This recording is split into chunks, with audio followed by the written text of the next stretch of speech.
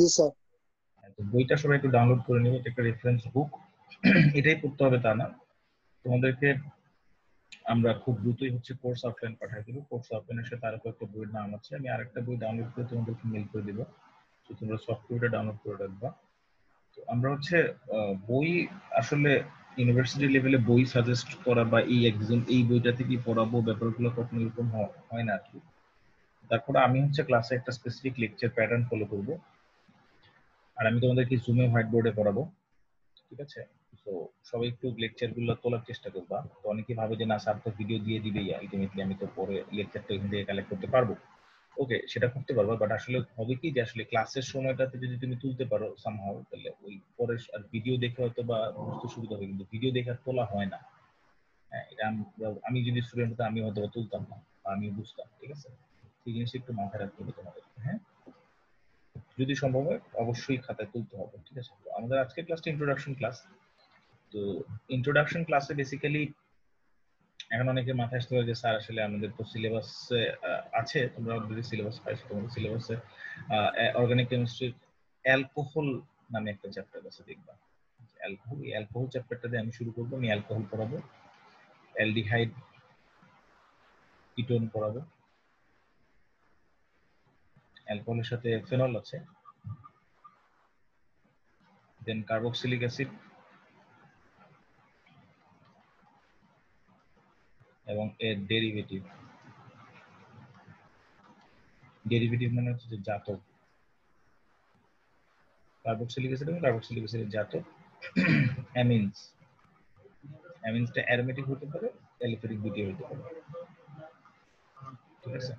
আচ্ছা, তো এই যে ইন্ট্রোডাকশন ক্লাসে আমরা কি করবো আসলে? আমি কি এই অ্যালকোহল ফেনল শুরু করবো, মানে কি অ্যালডিহাইড কিটোন করবো, না কার্বক্সিলিক অ্যাসিড না অ্যামিন করবো, কোনটা আসলে করবো?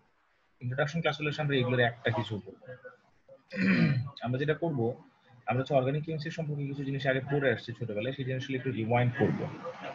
তো আলটিমেটলি ওইটা না করলে আমাদের পরবর্তীতে পড়তে অসুবিধা হবে। পরবর্তীতে পড়ার সুবিধার্থে এই চ্যাপ্টার গুলোকে বা কন্ডেন্সার যে পার্টটা পড়াবে সেগুলো পড়ার সুবিধার্থেও আমি যেটা করবো আসলে সেগুলোর সুবিধার্থে আমি যেটা করবো আসলে আমি হচ্ছে তোমাদেরকে আগে বেসিক কিছু কথাবার্তা বা কিছু টার্ম শিখাই নেব, ঠিক আছে? আমাকে বাইজিৎ টেক্সট করছে যে 227, যে স্যার একটু জোরে কথা বললে ভালো। আই থিঙ্ক এখন জোরে শুনতে পাচ্ছ কিনা একটু যদি বলো। কেউ একজন একটু রেসপন্স করবে স্যার ঠিক মতো শুনতে পাচ্ছি। শুনতে পাচ্ছি স্যার। আচ্ছা, ওকে, ঠিক আছে। তো আমরা ইন্ট্রোডাকশন ক্লাসে যেটা করবো, আমি এই জিনিসটা রিমুভ করে দিচ্ছি। ইন্ট্রোডাকশন ক্লাসে আমরা আসলে ছোটবেলায় কিছু জিনিসপত্র পড়ে আসছি। ফার্স্ট অফ অল অর্গানিক কেমিস্ট্রিতে তোমরা পড়ছো যে অর্গানিক কেমিস্ট্রি বেসিক্যালি হচ্ছে কিসের যৌগ, মানে আমি যদি বলি অর্গানিক কেমিস্ট্রি আসলে কি দিয়ে হয়, হাইড্রোকার্বনের উপরে বেস করে হয়। মেইন ফোকাস হচ্ছে হাইড্রোকার্বনের উপর অর্গানিক কেমিস্ট্রি। তো হাইড্রোকার্বনকে আমরা শর্টে বলি এইচসি। এইচসি তে এইচ মানে হাইড্রোজেন আর সি মানে হচ্ছে কার্বন। তো হাইড্রোজেন এবং কার্বন বিশিষ্ট যৌগগুলোকে যে অর্গানিক কেমিস্ট্রি বা অর্গানিক কম্পাউন্ড আমরা বলবো তা কিন্তু না। হাইড্রোকার্বন এন্ড হাইড্রোকার্বনের, আমি বাংলা না লিখি, এই হাইড্রোকার্বন ডেরিভেটিভস মানে জাতক গুলোকে আমরা বলবো হচ্ছে অর্গানিক কম্পাউন্ড বা জৈব যৌগ হিসেবে আমরা অভিহিত করি। ডেরিভেটিভস বলতে আসলে কি বোঝায়? অর্গানিক কম্পাউন্ডে যেটা থাকবে, কার্বন থাকবে, হাইড্রোজেন থাকবে অ্যাটম হিসেবে, তার সাথে কিছু হেটেরো অ্যাটম থাকবে। হেটেরো শব্দের অর্থ কি বা হেটেরো অ্যাটম মানে কি? হেটেরো অ্যাটম মানে অন্য অ্যাটম। অন্য অ্যাটম বলতে বোঝাচ্ছে এখানে যে কার্বন এবং হাইড্রোজেন ছাড়া অন্য কিছু অ্যাটম থাকবে, যেমন অক্সিজেন থাকতে পারে, সালফার থাকতে পারে, ক্লোরিন থাকতে পারে। আসলে ক্লোরিন লেখার চাইতে আরেকটা জিনিস লেখা বেটার, এখানে হ্যালোজেন লেখা বেটার। তো হ্যালোজেন বলতে আসলে কি বোঝায়? হ্যালোজেন বলতে আসলে কি বোঝায় সেটা পরে বলছি। দেন নাইট্রোজেন থাকতে পারে, এই জিনিসগুলো থাকতে পারে। হ্যালোজেন বলতে আসলে বোঝা হচ্ছে ফ্লোরিন, ব্রোমিন, আয়োডিন, এই চারটা, ঠিক আছে? তো এই যে হাইড্রোজেন এবং কার্বন বিশিষ্ট যৌগ, তার সাথে যদি অক্সিজেন, সালফার বা হ্যালোজেন, নাইট্রোজেন থাকে, ওগুলোকে আমরা বলি হাইড্রোকার্বনের ডেরিভেটিভ। এই সবগুলোকে একসাথে কম্বাইন্ড করে আমরা বলছি হচ্ছে অর্গানিক কম্পাউন্ড বা জৈব যৌগ। তাহলে জৈব যৌগ সম্পর্কে মোটামুটি একটা আইডিয়া পেলাম। আমি কিছু এক্সাম্পল দিই। সাপোজ সেটা CH4, এটা হচ্ছে মিথেন, এখানে কার্বন আর হাইড্রোজেন আছে, এটা হচ্ছে বিশুদ্ধ হাইড্রোকার্বন। যদি বলি সাপোজ সেদের যে CH3OH, এটা কি? এটা কিন্তু হচ্ছে একটা হেটেরোঅ্যাটম আছে অক্সিজেন। এরকম আরো যৌগ আছে, যেমন যে ধরো CH3SH, বা আমরা বলবো অ্যামিন। অ্যামিন মানে ধরো অ্যারোমেটিক অ্যামিনের কথা যদি বলি, বেনজিন রিং একটা NH2, তাহলে এটা হচ্ছে কার্বন এবং হাইড্রোজেন দ্বারা গঠিত, আর এখানে নাইট্রোজেন আছে একটা হেটেরোঅ্যাটম। এরকম অনেক যৌগ পসিবল হয়। হ্যাঁ, তো আমরা সবগুলো তো আর দেখবো না, আমরা আস্তে আস্তে যখন পড়বো তখন অনেক কিছুই জানবো। এখন আমি এই জিনিসটা যদি ক্লিয়ার করি, এগুলো hydrocarbon. Now come to the point, আমাদের এই হাইড্রোকার্বন পড়ার পরে ডেফিনেশন জানলাম, এই হাইড্রোকার্বনের ক্লাসিফিকেশনের কথা যদি বলি, বেসিক ক্লাসিফিকেশন একদম র ক্লাসিফিকেশন দুটোর কথা বলবো আমি। একটা হচ্ছে অ্যালিফেটিক আর একটা অ্যারোমেটিক। অ্যালিফেটিকের মধ্যে আমার ভাগ আছে যে ওপেন চেইন, ক্লোজ চেইন, অত ডিটেইলস আমি বলছি না, এগুলো তোমরা আগে পড়ছো। বাট যেহেতু আমরা অ্যালিফেটিক যৌগ এবং অ্যারোমেটিক যৌগ নিয়ে পড়াশোনা করবো, তাই আমি অ্যালিফেটিক এবং অ্যারোমেটিক নিয়ে একটা হালকা আইডিয়া দিচ্ছি তোমাদের। অ্যারোমেটিক যৌগ কারা জানলে অ্যালিফেটিক কারা বোঝা যায়। অ্যারোমেটিক যৌগ কারা, অ্যারোমেটিসিটি করলেই আমরা অ্যারোমেটিক যৌগ সম্পর্কে আইডিয়া পাবো। অ্যারোমেটিসিটি বা অ্যারোমেটিক অর্থ, যেটাকে তোমরা হাকেল রুল নামে পড়ে আসছো, পড়ছো না হাকেল রুল? হাকেল রুল যে হাকেল কি বলছে যে কোন একটা যৌগ অ্যারোমেটিক তখনই হবে যখন 4n+2 সমান pi electron or delocalised electron থাকবে। তো ডিলোকালাইজ ইলেকট্রন কি, সেটা আসলে বাংলা হলো সঞ্চারণশীল ইলেকট্রন। ডিলোকালাইজ ইলেকট্রন যেন, সো দ্যাট এখান থেকে যখন আমি 4n+2 সংখ্যক পাই ইলেকট্রন ধরবো, নাম মানে পাই ইলেকট্রন সংখ্যা আর কি, তখন এখান থেকে আমরা এন এর একটা ভ্যালু পাবো। এন এর ভ্যালুটা হয় 0 হবে, না হয় 1 হবে, না হয় 2 হবে, মানে 0 সহ যে কোনো ধনাত্মক পূর্ণ সংখ্যা হবে। তো এটা আমি যদি এখন এক্সাম্পল হিসেবে দেখাই, যে এক্সাম্পল কি, ধরো আমি লিখলাম যে আমি বেনজিনের কথা যদি বলি, তোমরা তো বেনজিন সম্পর্কে জানো, 9 10 এ পড়ছো, ইন্টারমিডিয়েটে কিছু তো পড়ছো, দেন ভার্সিটি লাইফে যদি কথা বলি, এখানে যে কোনো একটা ডাবল বন্ড, একটা ডাবল বন্ড মানে ধরো কার্বন কার্বন ডাবল বন্ড আছে, তাহলে এটা হলো একটা সিগমা বন্ড, একটা হচ্ছে পাই বন্ড, রাইট? তাহলে সিগমা বন্ড আর পাই বন্ড। এখন এখানে যে ডাবল বন্ড আছে, এই যে এখানে একটা কার্বন, এখানে একটা কার্বন, এখানে একটা ডাবল বন্ড আছে, তাহলে এটা সিগমা, এটা পাই। সো আমি একটু কালারটা চেঞ্জ করি। কথা বলছে কে, সাইড টু করছে কে? এটা পাই, এটা sigma, this is pi, this is sigma. তাহলে এখানে কয়টা পাই বন্ড আছে? 3টা।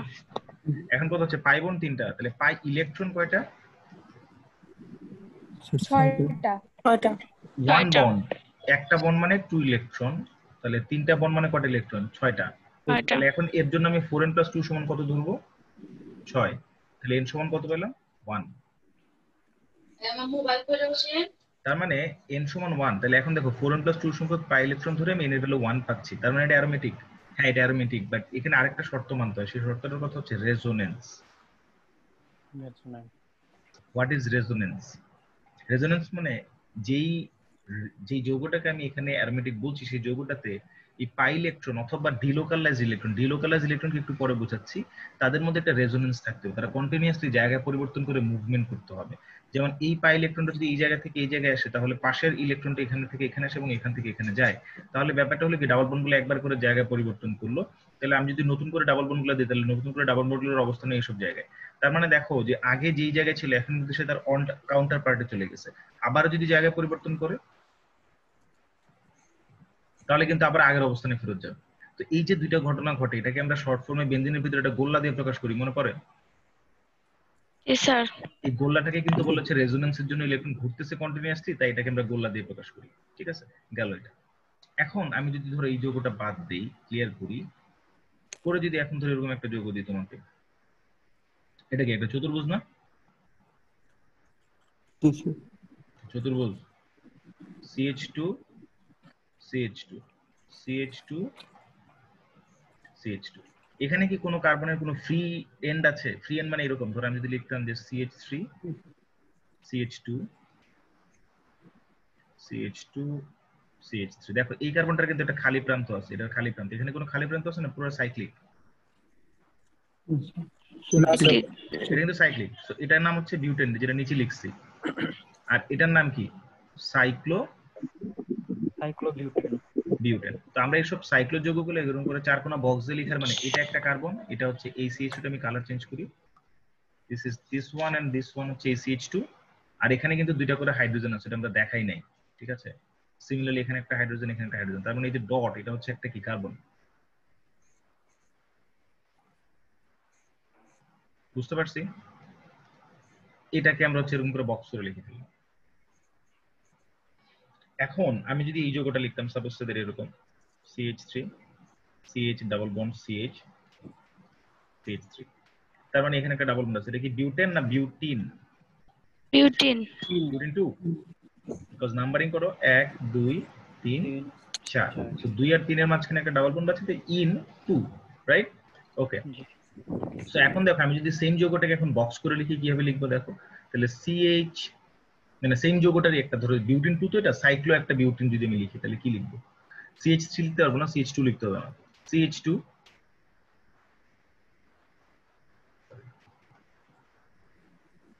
একটু ক্লিয়ার করতে হবে দাঁড়াও,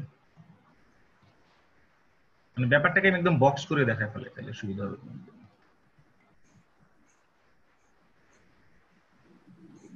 ধরো ডাবল বন্ডটা একটু ডিফারেন্ট কালার দিতে, তাহলে এখন এটার নাম বিউটিন, বাট এটা কি বিউটিন না cyclo butene? Cyclo butene, right? আচ্ছা, এখন এই গেল সাইক্লো বিউটিন। এখন আমরা বলো এই যে যৌগটা নতুন করে আসছে সাইক্লো বিউটিন, এখানে 4n+2 কত? স্যার 4n+2 হলো স্যার, এখানে পাই বন্ড একটাই কিন্তু, তাহলে 4n+2 n সমান কত? 0 না? তাহলে হাকেলের রুল মানে তো? জি স্যার। ওকে, হাকেলের রুল মানে, বাট এটা অ্যারোমেটিক হওয়ার কথা। জি স্যার। এটা অ্যারোমেটিক না? কেউ আমাকে একটু উত্তর দাও তো, কেন অ্যারোমেটিক না এটা? সঞ্চরণশীল না। কি সঞ্চারণশীল না? পাই ইলেকট্রনটা সঞ্চারণশীল না, কারণ এই পাই ইলেকট্রনটা যদি এখান থেকে এখানে যায়, কাউন্টার পার্টে অন্য কোনো পাই ইলেকট্রন নেই যেটা এখানে জায়গা পরিবর্তন করে এই যে এখান থেকে এখানে আসবে। ব্যাপারটা বুঝতে পারছো? জি স্যার। আচ্ছা, আরেকটু সহজ করি, আমি যদি নিচে এটা মুছে ফেলাই, ধরো আমি এখন এরকম একটা যৌগ, এবার দেখো কাউন্টার পার্টে, মানে এটাকে আমরা বলি কনজুগেট ডাবল বন্ড, মানে ডাবল বন্ড তারপরে single bond, double bond, single bond, এরকম যদি হয়, অথবা আরেকটু সহজ করি, যদি এরকম কোন একটা স্ট্রাকচার থাকে যে double bond, single bond, double bond, তার মানে এখানে একটা কার্বন, এখানে একটা কার্বন, এখানে একটা কার্বন, এখানে একটা কার্বন, মোট 4টা কার্বন। যোগটা হচ্ছে এরকম যে CH double bond CH, CH double bond CH 2। দেখো তো যোগটা বুঝতে পারছো কিনা?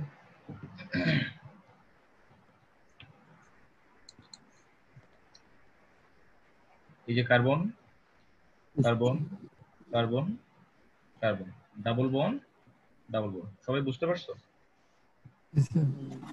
আচ্ছা, এই যৌগটাতে দেখো ডাবল বন্ড আছে, তারপরে একটা সিঙ্গেল বন্ড, তারপরে একটা ডাবল বন্ড। এই ধরনের স্ট্রাকচারকে বলা হয় কনজুগেট ডাবল বন্ড বা অনুবন্ধী দ্বিবন্ধন।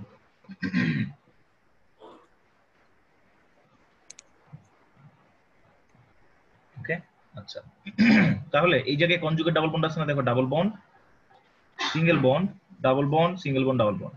এই যে কনজুগেট ডাবল বন্ডের একটা সাইক্লিক চেইন আছে, এই ধরনের যৌগগুলোতে রেজোনেন্স পসিবল হয়, পসিবল হয় না? কিভাবে পসিবল দেখো, এটা যখন এই জায়গায় আসবে তখন এটা এই কাউন্টার পার্টে আসবে, তাহলে পরের স্ট্রাকচারটা কি দাঁড়াবে? সরি, তখন ডাবল বন্ড এই জায়গায় আবার যখন ঘুরবে আবার ঘুরবে, তার মানে এই যৌগটাতে রেজোনেন্স পসিবল, তাই না? জি স্যার। এখানে 4n+2 কত? এখানে 4n+2 হচ্ছে 2 না 4? 4। 4 না?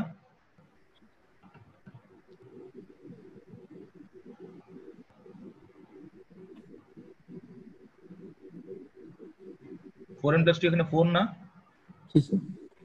তাহলে n সমান কত পেলাম আমরা এখান থেকে? হাফ। এখন এটা কি হাকেলের রুল মানে? না স্যার। জি না স্যার। এটা অ্যারোমেটিক না, এটাও অ্যারোমেটিক না, মানে n এর মান মিললেই হবে না, রেজোনেন্স থাকা লাগবে, আবার রেজোনেন্স থাকলেই হবে না, n এর মান মিলতে হবে। কি বুঝতে পারছেন ব্যাপারগুলো? জি স্যার। ওকে, তাহলে এটা ক্লিয়ার। এবার দেখেন আমি যদি এই যৌগটার স্ট্রাকচার রাখি,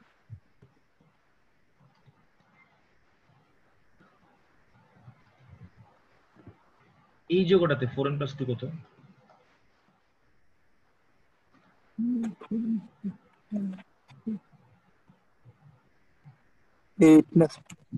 এই গোল্লা মানে কি আসলে? এই গোল্লা মানে কিন্তু বেনজিনের ভিতরে যে 3টা ডাবল বন্ড ছিল, এটাকে আমরা গোল্লা দিয়ে লিখছিলাম না? এখন আমি যেটা করছি আসলে, বেনজিনের প্রতিটা কার্বনে একটা করে হাইড্রোজেন থাকে না? আমরা কিন্তু সেটাকে দেখাই না, সেটাকে আমরা সাইলেন্ট রাখি। সো আমি যদি এই হাইড্রোজেনটা কেটে দিই, একটা হাইড্রোজেনকে বাদ দিয়ে এখানে একটা OH নিয়ে আসি, তাহলে তো এটার নাম কি হয়ে যায়? এটা ফেনল না? জি স্যার অ্যালকোহল। Yes, sir. এটার নাম ফেনল কেন? কে বলতে পারবা? স্যার এটা অ্যালকোহল যুক্ত। তাহলে অ্যালকোহল, আমি জানি এটা বেনজিন, তাহলে এই অংশটা তো বেনজিন থেকে আসছে, রাইট? এই কে আঁকা কি করতেছে কি স্ক্রিনের মধ্যে?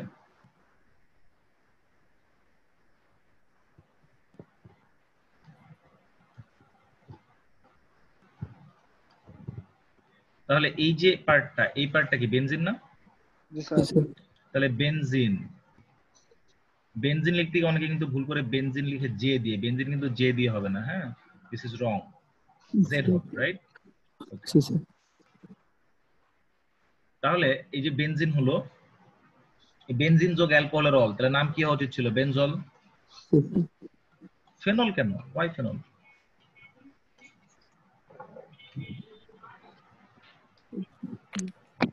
বেনজিনের একটা বাণিজ্যিক নাম আছে, নাম হলো ফিন।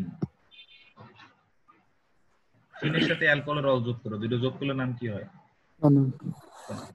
এবার বুঝতে পারছো কেন ফেনল হয়েছে নাম? এখন এই যৌগটাতে বলতো কয়টা ইলেকট্রন আছে যারা এখানে সঞ্চারণশীল? গোল্লা মানে কয়টা ইলেকট্রন? 3টা বন্ড, 6টা ইলেকট্রন, তাহলে n সমান 1, তার মানে ফেনল হচ্ছে অ্যারোমেটিক। তাহলে আমরা ফেনল নিয়ে স্টাডি করব যখন, তখন আমি আর বলবো না ফেনল কেন অ্যারোমেটিক, এটা এক্সপ্লেইন করার কিছু নাই, ঠিক আছে? তো এইগুলো হচ্ছে আমাদের টুকটাক একটা আইডিয়া। আমরা অ্যালডিহাইড এবং কিটোন যখন করব, অ্যালডিহাইড কিটোনের বেসিক স্ট্রাকচার নিয়ে যদি একটু কথা বলি। অ্যালডিহাইড এবং কিটোনের আসলে একটা কার্বনিল গ্রুপ থাকে, এই গ্রুপটার নাম হচ্ছে কার্বনিল গ্রুপ। বাংলায় লিখছি কেন? This is carbonyl group, carbonyl functional group. তো কার্বনিল ফাংশনাল গ্রুপকে আমি এরকম করে বাঁকা করে লিখছি। আমি যতই তোমাদের অ্যালডিহাইড কিটোন পড়াবো এই সেমিস্টারে, ততবার দেখবে আমি যতবার লিখছি অ্যালডিহাইড কিটোন, ততবার আমি এইভাবে কার্বনিল গ্রুপটাকে বাঁকা করে লিখছি। Reason why? এটা অনেকটা লামির উপপাদ্যের মতো না? ম্যাথমেটিক্সে পড়ছো? এটা একটা ভেক্টর এ ভেক্টর, এটা বি ভেক্টর, এটা সি ভেক্টর, যখন তারা 120 ডিগ্রি কোণে থাকে তখন সেটাকে কি বলে? লামির উপপাদ্য বলে না? তো এই জায়গাতে আসলে বন্ড না অ্যাঙ্গেল আমি বিশ্বাস 120 করি ডিগ্রি, না, আমি বিশ্বাস করি। ঠিক আছে? এই কে কি বিশ্বাস করো না?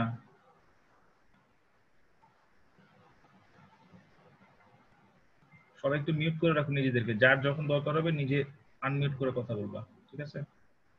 আচ্ছা, তো এই 120 ডিগ্রি এবং 120 ডিগ্রি বন্ড অ্যাঙ্গেল কোন সংকরণের জন্য হয়? sp3 নাকি sp2 নাকি sp, কোন সংকরণে 120 ডিগ্রি বন্ড অ্যাঙ্গেল হয় বলো তো? SP2. sp2? না স্যার 3 তো মনে হয়। Sir 3 sir. 3 শিওর? SP2 মনে হইতেছে আর SP2 sp2? আচ্ছা, sp3 sir 196 degree, sp 180 degree, sp2 120 degree, ঠিক আছে? মনে Sir. থাকবে? SP2 Yes, তাহলে sir. এখানে কত হবে বলেন তো কার্বনের সংকরণ? sp2। তো কার্বনিল যৌগের দুই পাশে আপনি এ পাশে একটা অ্যালকাইল যদি দেন আর এ পাশে একটা হাইড্রোজেন দেন, তখন এটার নাম কি বলেন তো?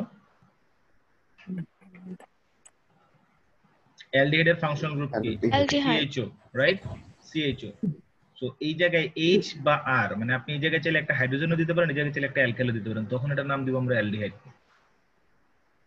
তার মানে যখন আপনি এই জায়গায় H বা R দিবেন তখন এটা হয়ে যাবে অ্যালডিহাইড, কিন্তু এই H টা কিন্তু fixed, this one is fixed, এটা ফিক্সড, রাইট? জি। যদি আমি একটা কাজ করি, আমি হচ্ছে এরকম লিখতাম, সরি, আর সি ডাবল বন্ড ও আর, এটা কি অ্যালডিহাইড না কিটোন? Ketone. যখন কার্বনিল গ্রুপের দুই পাশে দুটো অ্যালকাইল গ্রুপ থাকে তখন সেটাকে আমরা কিটোন বলি, আর অ্যালকাইলকে আমরা আর দিয়ে প্রকাশ করি।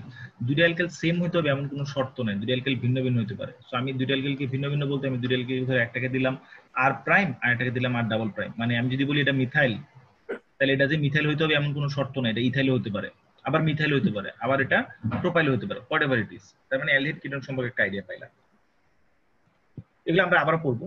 আচ্ছা, এখন আমরা কয়েকটা টার্ম শিখবো, তার মধ্যে একটা নাম হচ্ছে ইলেকট্রোফাইল। ইলেকট্রোফাইল মানে কি? ইলেকট্রো শব্দটা আসছে ইলেকট্রন থেকে, আর ফাইল আসছে ফিলিয়া থেকে। ফিলিয়া শব্দের অর্থ হচ্ছে অ্যাট্রাকশন। তার মানে যাদের ইলেকট্রনের প্রতি অ্যাট্রাকশন আছে তারাই ইলেকট্রোফাইল, রাইট? এখন ইলেকট্রোফাইলের ক্লাসিফিকেশন গুলো, ইলেকট্রোফাইল দুই ধরনের হয়, একটা হচ্ছে চার্জড আর একটা হচ্ছে নিউট্রাল। চার্জ ইলেকট্রোফাইল এক ধরনের, নিউট্রাল ইলেকট্রোফাইল আরেক ধরনের। চার্জ ইলেকট্রোফাইল বলতে কি, ইলেকট্রনের প্রতি আকর্ষণ কোন চার্জের থাকে, পজিটিভ চার্জের না নেগেটিভ চার্জের? পজিটিভ চার্জের। তাহলে পজিটিভ চার্জ গুলো কি কি হতে পারে, ধরো H plus, Nitro plus, halogen plus, এরা হচ্ছে পজিটিভ ইলেকট্রোফাইল মানে চার্জ ইলেকট্রোফাইল। নিউট্রাল ইলেকট্রোফাইল কারা, অ্যালুমিনিয়াম ক্লোরাইড, বোরন ট্রাইফাইড, এই দুটো एग्जांपल আমি দিলাম। এখন আমি কোশ্চেন করব, আমি একদম নাম ধরে বলবো, আমি যাকে বলবো সে উত্তর দিবা। আমাকে হচ্ছে যে আরিয়ান ইমরান 161, তুমি বলো তো যে অ্যালুমিনিয়াম ক্লোরাইড কি করে চার্জ ইলেকট্রোফাইল না নিউট্রাল ইলেকট্রোফাইল?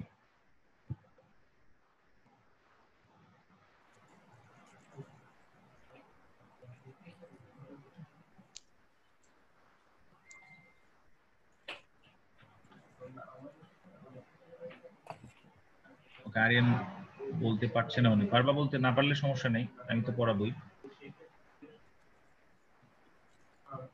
ফজদার আব্দি 155, তুমি বলো তো অ্যালুমিনিয়াম ক্লোরাইড কি করে নিউট্রাল ইলেকট্রোফাইল?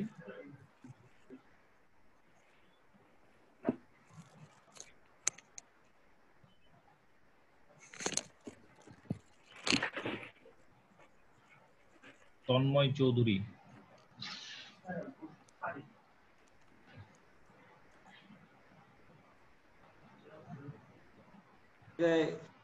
আচ্ছা ওপেন ফ্লোর, কে বলতে পারবে? সেখানে অ্যালুমিনিয়াম চার্জিত ক্লোরাইড অবস্থায় সংবিধান গঠন করার পরও তাই নাই, সেজন্য চার্জিত অবস্থায় আছে অ্যালুমিনিয়াম ক্লোরাইড, মানে কোনো চার্জ দেখাইছি আমি?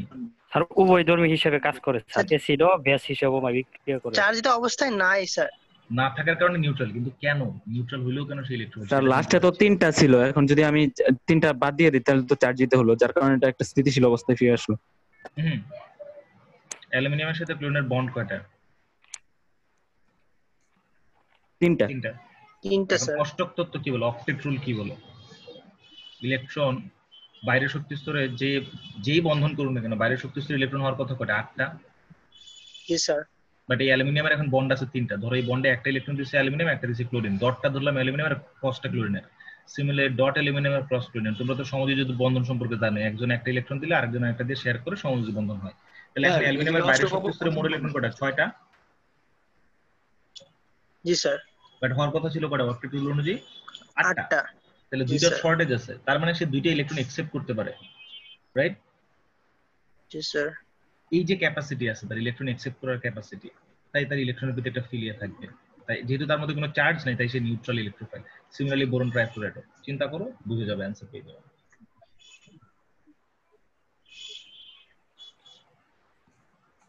বুঝছো সবাই? আরেকবার। আচ্ছা, অ্যালুমিনিয়াম ক্লোরাইডের বন্ড ইলেকট্রন আছে 6টা, বাট অক্টেট রুল অনুযায়ী তার বন্ড ইলেকট্রন হওয়ার কথা ছিল, বা বন্ড করার পরে তার আউটার শেল ইলেকট্রন হওয়ার কথা ছিল কয়টা? 8টা। বাট আমি দেখতে পাচ্ছি আছে কয়টা? 6টা। সো তার দুইটা ইলেকট্রনের প্রতি অ্যাফিনিটি থাকবে অষ্টক পূর্ণ করার জন্য। সো এই যে অ্যাফিনিটিটা, অ্যাট্রাকশনটা, এই অ্যাট্রাকশনটা কার প্রতি? ইলেকট্রনের প্রতি। যেহেতু তার মধ্যে কোনো চার্জ নাই, বাট তারপরে তার ইলেকট্রনের প্রতি অ্যাট্রাকশন, তাই তাকে বলছি নিউট্রাল ইলেকট্রোফাইল। বুঝা গেছে? আচ্ছা, এরা যেহেতু চার্জ, তাদের মধ্যে চার্জ আছে এবং তারা পজিটিভলি চার্জ, তাহলে পজিটিভ চার্জ যেগুলো, সেগুলো তো অবশ্যই ইলেকট্রনের প্রতি একটা আকর্ষণ থাকবেই। তাহলে এরা কি পজিটিভলি চার্জড ইলেকট্রোফাইল। আচ্ছা স্যার, বুঝতে পারছি। নিউট্রাল থাকার পরেও যে আসক্তিটা আছে, সেজন্য নিউট্রাল থাকার পরেও যে তার যে ইলেকট্রনের প্রতি একটা আসক্তি, আকর্ষণ আছে, দ্যাট ইজ ওয়াই তাকে বলা হচ্ছে ইলেকট্রোফাইল। বুঝতে পারছি। আসক্তি। জি স্যার। আসক্তি, জাস্ট অ্যাফিনিটি। বুঝতে পারছি। এবং সে কিন্তু চাইলে অন্য কারো কাছ থেকে দুইটা ইলেকট্রন অষ্টপূর্ণ করতে পারবে, এবং এটা একটা সন্নিবেশ বন্ধন গঠন করার মাধ্যমে হবে। এবং আমি তোমাদেরকে একটা দারুণ এক্সাম্পল দিই, তোমরা ছোটবেলায় পড়ছো কিনা জানি না, যে অ্যালুমিনিয়াম ক্লোরাইড কিন্তু Al2O6 মানে Cl6 আকারে থাকে, কখনো AlCl3 আকারে থাকে না। রিজন হচ্ছে অ্যালুমিনিয়ামের 3টা ক্লোরিন আছে, দেখো। আমি সিমিলারলি আরেকটা অ্যালুমিনিয়াম আঁকছি, সেটাকে আমি রেড কালার দিয়ে আঁকছি। ঘটনা যেটা ঘটে, এই অ্যালুমিনিয়ামটা, এই যে ক্লোরিন, এই ক্লোরিনের মোট কয়টা ইলেকট্রন দেখো, এখানে ডট ইলেকট্রন, ধরো ডট গুলো অ্যালুমিনিয়াম দিচ্ছে, হ্যাঁ, আমি ক্রস গুলা ক্লোরিনের দেখাচ্ছি, ডট গুলো সব অ্যালুমিনিয়ামের ইলেকট্রন। আমি বললাম যে ওকে ফাইন, ক্রস গুলা একটা বন্ডে দুইটা ইলেকট্রন, যেহেতু একটা ডট একটা ক্রস, আমি বললাম যে ক্রস গুলা দিছে হচ্ছে ক্লোরিন। এখন ক্লোরিনের তো 8টা হয়ে গেছে, কেমনে ক্লোরিনের ইলেকট্রন বিন্যাস যদি তুমি করো তাহলে দেখতে পাবো ক্লোরিনের বাইরে শক্তি স্তর আছে না, মানে 17টা ইলেকট্রন না তার ক্লোরিনের, তার তো 18টা হলেই অষ্টক পূর্ণ হয়ে যায়, তাই না? হয়ে যায় না? জি স্যার। তার তো এখানে যে 17টা ইলেকট্রন ছিল অলরেডি, সে এই যে অ্যালুমিনিয়ামের সাথে বন্ড করার পরে যে ডট ইলেকট্রনটা অ্যালুমিনিয়াম দিল, তার কিন্তু এখন 8 হয়ে গেছে, 18টা হয়ে গেছে। এখন সে যেটা করবে, তার এই যে ইলেকট্রন আছে তার কাছে আরো ধরো ক্রস তার কাছে অলরেডি কিন্তু এই যে ক্রস 6টা, এখানে একটা ক্রস 7টা, আর এখানে একটা হলো 8টা ইলেকট্রন। সে যেটা করবে, তার এই 8টা ইলেকট্রনের 2টা দিয়ে এখানে অ্যালুমিনিয়ামের সাথে একটা সন্নিবেশ বন্ধন গঠন করবে। অ্যালুমিনিয়ামের সাথে সন্নিবেশ বন্ধন গঠন করার মানে কিন্তু সে কিন্তু তার ইলেকট্রন দিয়ে দিল না, সে অ্যালুমিনিয়ামের সাথে শেয়ার করলো। শেয়ার্ড অবস্থায় ইলেকট্রনও কিন্তু নিজের ইলেকট্রন, যেমন এই ডট ইলেকট্রনটা অ্যালুমিনিয়াম ক্লোরিনের সাথে শেয়ার করছে, বাট এই ইলেকট্রনটা কিন্তু ক্লোরিনের নিজস্ব না, বাট তারপরেও কিন্তু তার আউটার শেলের ইলেকট্রন হিসেবে কাউন্ট হচ্ছে। সিমিলারলি এই ক্লোরিন যখন তার 2টা ডট ইলেকট্রন দিয়ে অ্যালুমিনিয়ামের সাথে সন্নিবেশ বন্ধন গঠন করবে, তখনও কিন্তু এই 2টাকে তার নিজের ইলেকট্রনই কাউন্ট করা হবে। But on the other hand অ্যালুমিনিয়ামের কিন্তু দেখো 8টা হয়ে গেল।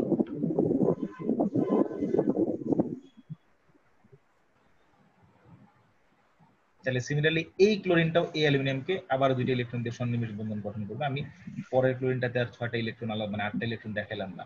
সো এই যে ঘটনাটা ঘটছে, এখন দেখো কয়টা অ্যালুমিনিয়াম একসাথে হলো, 2টা, ক্লোরিন কয়টা, 6টা।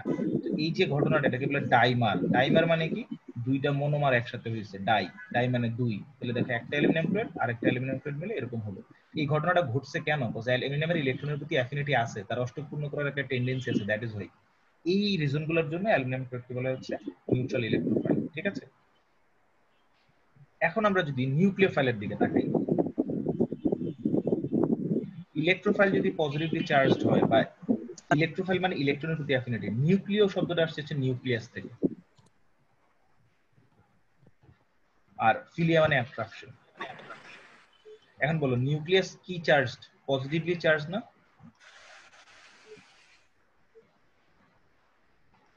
কথা বলো না কেন? নিউক্লিয়াস কি পজিটিভলি চার্জ না? তাহলে পজিটিভ চার্জের প্রতি অ্যাট্রাকশন থাকবে কার? কোন চার্জের? নেগেটিভ চার্জের। তার মানে হাইড্রক্সিল, সায়ানাইড, হ্যাঁ, NH2 মাইনাস, এগুলো হচ্ছে চার্জড নিউক্লিওফাইল। তো এদের নেগেটিভ চার্জ আছে, এদের পজিটিভ চার্জের প্রতি অ্যাট্রাকশন থাকবে। পজিটিভ চার্জ মানে নিউক্লিয়াস, কারণ এরা নিউক্লিওফিলিক, নিউক্লিয়াসের প্রতি বা পজিটিভ চার্জের প্রতি তাদের একটা অ্যাফিনিটি আছে। তাহলে এখন বলো যে স্যার নিউট্রালও তো কিছু নিউক্লিওফাইল হতে পারে, যেমন নিউট্রাল ইলেকট্রোফাইল হয়েছিল, রাইট? স্যার আগেরটাতে স্যার কিভাবে যুক্ত হলো, মানে হাত তো ফাঁকা ছিল না। কোনটার হাত ফাঁকা ছিল না?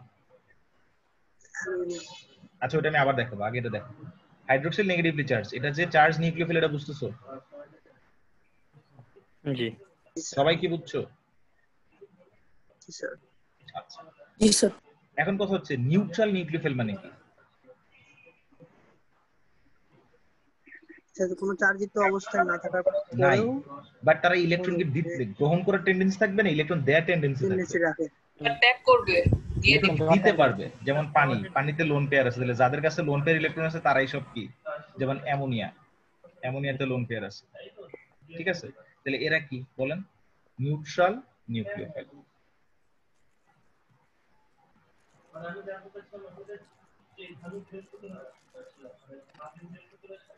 কি বুঝতে পারছো সবাই?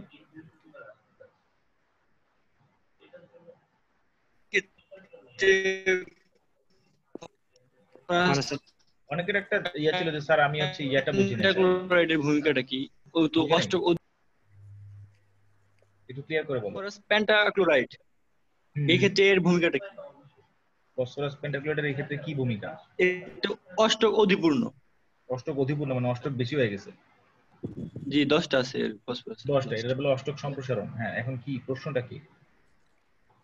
এই জায়গায় তো এর ভূমিকা থাকার, যেমন এর আগে তো অষ্টক অপূর্ণ ছিল, এই জন্য ইলেকট্রন হ্যাঁ, গ্রহণ করতে চাইছে। এই ক্ষেত্রে যদি অষ্টক ওর সম্পূর্ণ থাকে, তাহলে ও কি ইলেকট্রন ত্যাগ করতে চাইবে নাকি ভূমিকাটা কি হবে? মানে ওর এটা ত্যাগ করার কোনো কারণ আছে কিনা চিন্তা করো। ফসফরাসের সাথে ক্লোরিনের বন্ড আছে 5টা,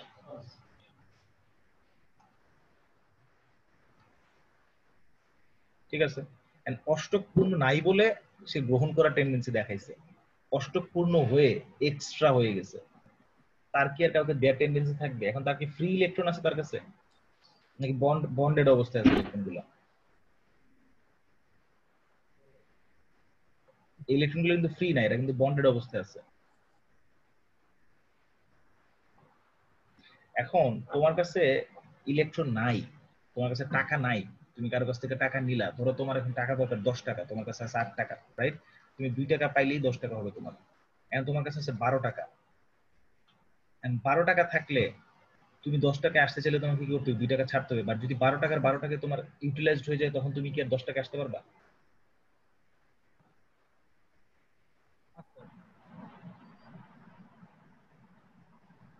বাট ধরো তোমার কাছে আসেই 10 টাকা, কিন্তু তোমার 10 টাকার মধ্যে তুমি 2 টাকা তোমার দরকার লাগতেছে না, তোমার 8 টাকা দিয়ে কাজ হচ্ছে, তাহলে কিন্তু তুমি 2 টাকা ছাড়তে পারো। এখন এখানে কিন্তু ক্লোরিনের হয়তো বা তার টাকা 10 টাকা 12 টাকা আছে, বাট সে কিন্তু চাইলেই ছাড়তে পারবে না, সবগুলো ইলেকট্রন বন্ডেড অবস্থায় আছে। কিন্তু পানিতে দেখো, পানিতে কিন্তু লোন পেয়ার আছে, এটা কিন্তু বন্ডেড অবস্থায় নেই, ফ্রি অবস্থায় আছে, সে চাইলেই ছাড়তে পারবে, সে চাইলেই দিতে পারবে। অ্যামোনিয়ারও সেম অবস্থা। সো দ্যাট মিন্স পানি আর অ্যামোনিয়া এদের লোন পেয়ার ইলেকট্রন আছে, ফ্রি ইলেকট্রন থাকলে তারা দিতে পারছে, বাট ফসফরাস পেন্টাক্লোরাইড সবগুলো ইলেকট্রন বন্ডেড অবস্থায় আছে, তাই সে দেয়ার টেন্ডেন্সি দেখাবে না। বুঝতে পারছি। বুঝতে পারছো? হুম, আচ্ছা। এখন আগের যেটা ছিল সেটা হচ্ছে যে যে স্যার অ্যালুমিনিয়াম ক্লোরাইড ক্লোরিন, এই দিন একটা প্রশ্ন করছিল যে স্যার তার তো হাত খালি নাই, বাট সে কি করে বন্ড করছে, এটাই তো। এখন আমারে বলো কোবাল্ট, বা আমি একটা এক্সাম্পল দিই এরকম,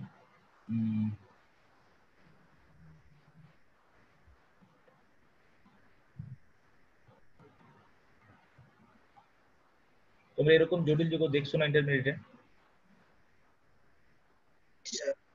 সায়ানাইডের সাথে যে আয়রন বন্ধন করছে, আয়রনের বন্ড করার ক্যাপাসিটি কয়টা বলো তো? 3টা, ম্যাক্সিমাম 3টা।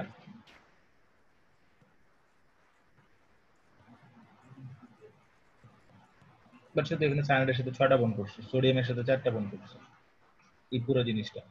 তার মানে বন্ডের ব্যাপারটা যে ইটস নট লাইক যে হাত খালি থাকা লাগবে, সন্নিবেশ বন্ধন করার জন্য হাত খালি থাকা লাগে না, সন্নিবেশ বন্ধন করার জন্য ইলেকট্রন একসেপ্ট করার ক্যাপাসিটি থাকলেই হয়। অ্যালুমিনিয়ামের 6টা ইলেকট্রন আছে আউটার শেলে, 8টা পূর্ণ করার জন্য তার একটা ভ্যাকেন্ট স্পেস আছে। 8টার পরে কিন্তু আর নিতে পারবে না, 8টাই নিতে হবে সর্বোচ্চ। তার মানে সে একটা সন্নিবেশ বন্ধনী করতে হবে এই দিক থেকে, আর এই দিক থেকে এই ক্লোরিনটা আরেকটা সন্নিবেশ বন্ধনী করতে হবে এর সাথে। সো হাত খালি না থাকলেও সন্নিবেশ বন্ধন করা পসিবল যদি ইলেকট্রনের প্রতি অ্যাফিনিটি থাকে বা ইলেকট্রন একসেপ্ট করার ক্যাপাসিটি থাকে। অ্যালুমিনিয়ামের ক্যাপাসিটি আছে বলে সে সন্নিবেশ বন্ধন করতে পারছে, বাট ক্যাপাসিটি না থাকলে পারতো না।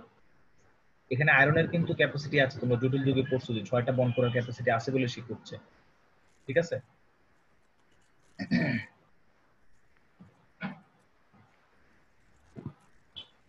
আই থিঙ্ক যে কোশ্চেনটা করছিল সে অ্যান্সার পাইছো। আমরা আরেকটা জিনিস এখন দেখব, কার্বোক্যাটায়ন। কার্বোক্যাটায়নের নাম শুনছো? আচ্ছা, কার্বোক্যাটায়ন না শুনছো, বাট তারপরে আমি আরেকটা জিনিস একটু ক্লিয়ার করে নিই। ধরো একটা বন্ড আছে, এ আর বি এর মাঝখানে একটা বন্ড আছে, ইলেকট্রন 2টা। এখন এই যে এ আর বি এর বন্ড, এটা ভাঙতে পারে 3টা ওয়েতে। নাম্বার 1, 3টা ওয়ে না বলে 2টা ওয়ে বলি। এ আর বি এর ইলেকট্রন সমভাবে ভাঙতে পারে, মানে এ এর ইলেকট্রন এর কাছে রইলো, বি এর ইলেকট্রন বি এর কাছে রইলো। এটাকে বলে সুষম বিভাজন, বা কোর্স ছোটবেলায়।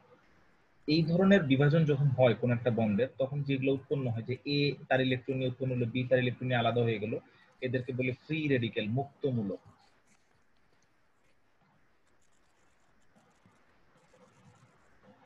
এখন যদি এমন হয় যে না, এ আর বি এর মধ্যে ইলেকট্রনটা এইভাবে ভাঙবে না, আমি এ এর জায়গায় কার্বনকে দিব, কথা চেঞ্জ করবো। ধরো এ এর জায়গায় কার্বন, এখানে আসলে একটা এক্স, আচ্ছা এক্স না দিয়ে, এক্স মানে যেহেতু হ্যালোজেন বুঝায়, এখানে কার্বনের সাথে এক্স না দিয়ে আমরা দিলাম, ধরো কথা পি দিলাম।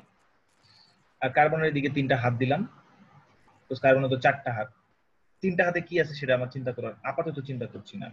তাহলে যদি কার্বন এবং পি এর বন্ডটা সুষমভাবে বিভাজিত হয়, মানে কার্বনের ইলেকট্রন কার্বনের কাছে হলো, পি এর ইলেকট্রন পি এর কাছে, তখন অবস্থাটা দাঁড়াবে কার্বন কার্বন হচ্ছে এখানে ডট ইলেকট্রন, রাইট? আর পি এর কাছে পি এর ইলেকট্রন থেকে যাবে, ক্রসটা পি এর ইলেকট্রন যদি বলি, তাহলে এই যে উৎপন্ন হলো ফ্রি রেডিক্যাল, পি একটা ফ্রি রেডিক্যাল, কার্বন একটা ফ্রি রেডিক্যাল, তার মানে এখানে একটা কার্বন ফ্রি রেডিক্যাল তৈরি হলো। কারণ কার্বন আর পি এর বন্ডটা বা কার্বনের সাথে যে বন্ধন অবস্থা ছিল তার বন্ধনটা সুষমভাবে বিভাজিত হয়েছে। এখন অনেকে প্রশ্ন করতে পারে যে স্যার সুষম বিভাজন যদি হয় তাহলে তো বিষম বিভাজন বলে কিছু একটা থাকবে। সিমিলারলি আমি যদি বলি যে হ্যাঁ বিষম বিভাজন থাকতে পারে, পি আছে তার সাথে এখানে ডট ইলেকট্রন একটা ক্রস ইলেকট্রন একটা। ঘটনা দুইটা করতে পারে, এক কার্বন নিজে পুরো ইলেকট্রন রেখে দিতে পারে, দুটো ইলেকট্রন নিজের কাছে রেখে দিতে পারে, রেখে দিয়ে বন্ধনটা ভাঙতে পারে, এরকম হতে পারে। আবার একটা ঘটনা ঘটতে পারে এরকম যে না কার্বনের কাছ থেকে ইলেকট্রন পি নিজে রাইখা দিছে, রাইখা দিয়ে ভাঙতে পারে এইভাবে। তাহলে দুইটা কেস হতে পারে। নাম্বার ওয়ান কেস যদি বলি যে না কার্বন দুইটা ইলেকট্রন রেখে দিছে, তার মানে ঘটনাটা এরকম হলো যে কার্বন তার কাছে দুটো ইলেকট্রন রয়ে গেছে পি ইলেকট্রন ছাড়া, তাহলে পি এর হলো প্লাস, তাহলে কার্বনটা কি প্লাস থাকবে না মাইনাস থাকবে? মাইনাস থাকবে। রিজন হয় কজ এখানে দুইটা ইলেকট্রন, ডটটা কার্বনের নিজস্ব ইলেকট্রন ছিল বাট ক্রসটা কার ছিল পি এর, সো সে ক্রসটা নিয়ে আসছে পি এর ইলেকট্রন নিজের কাছে রাখাতে, সে মাইনাস একটা আর পি একটা প্লাস। আর যদি ঘটনা দুই নাম্বারটা ঘটে যে কার্বন থেকে ইলেকট্রন নিয়ে চলে যায় পি, তাহলে ঘটনা ঘটবে এরকম যে কার্বন হয়ে যাবে প্লাস, পি এর কাছে দুইটা ইলেকট্রন থাকবে ডট ক্রস, পি হয়ে যাবে মাইনাস। তাহলে এখানে কার্বনটা অ্যানায়ন, তাই এটার নাম হলো কার্বানায়ন, কার্বানায়ন। আর এখানে কার্বনটা ক্যাটায়ন, তার নাম হচ্ছে কার্বনিয়াম। কার্বোক্যাটায়ন বা কার্বোনিয়াম। কার্বোনিয়ামের হিসাব আলাদা। মানে সেনু নেই। Same but carbocation. কার্বোনিয়াম কেন হচ্ছে নাম পরে সেটা আমি আবার এক্সপ্লেইন করব। কার্বোনিয়াম, ঠিক আছে। মেইন কথা হচ্ছে যে স্যার সুষম বিভাজনের ফলে ইলেকট্রন ফ্রি রেডিকেল উৎপন্ন হবে, আর বিষম বিভাজন হলে কার্বোক্যাটায়ন অথবা কার্বনায়ন উৎপন্ন হবে, মানে আয়নে পরিণত হবে। হ্যাঁ আয়নে পরিণত হবে। আর ফ্রি রেডিকেল কিন্তু আয়ন না, ফ্রি রেডিকেল মানে জাস্ট ফ্রি ইলেকট্রন নিয়ে এটা মূলক। জি। এখন এই যে ঘটনাটা ঘটলো, এই যে কার্বোক্যাটায়ন শিখলাম, কার্বনায়ন শিখলাম, কার্বোক্যাটায়ন এবং কার্বনায়নের একটা স্থায়িত্বের ক্রম আছে, ঠিক আছে, অর্ডার অফ স্টেবিলিটি। এটা তোমরা নিজেরা পড়বা, 9-10 এ পড়ে আসছো। অর্ডার অফ স্টেবিলিটি পড়বা, কিসের অর্ডার অফ স্টেবিলিটি? ফ্রি রেডিকেলের অর্ডার অফ স্টেবিলিটি পড়বা,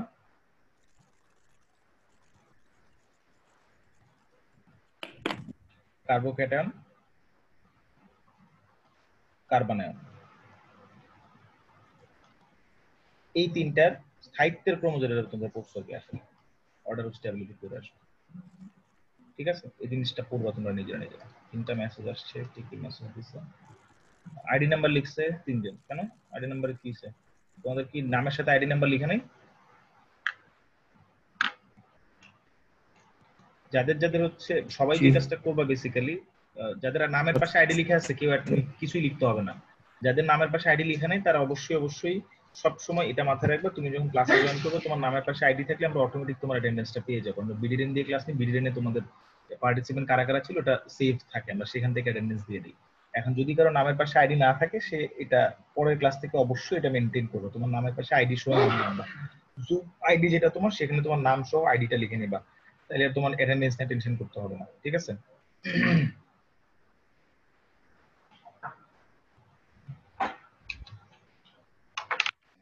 এখন দেখো, আমরা মোটামুটি আমাদের আজকের যতটুকু পড়ার কথা ছিল ততটুকু সাম আপ করতে পারছি। তো আমি যদি আমার স্ক্রিনটা ক্লিয়ার করি, আমি এখন তোমাদের সাথে ফার্দার কিছু কথাবার্তা বলবো আর কি।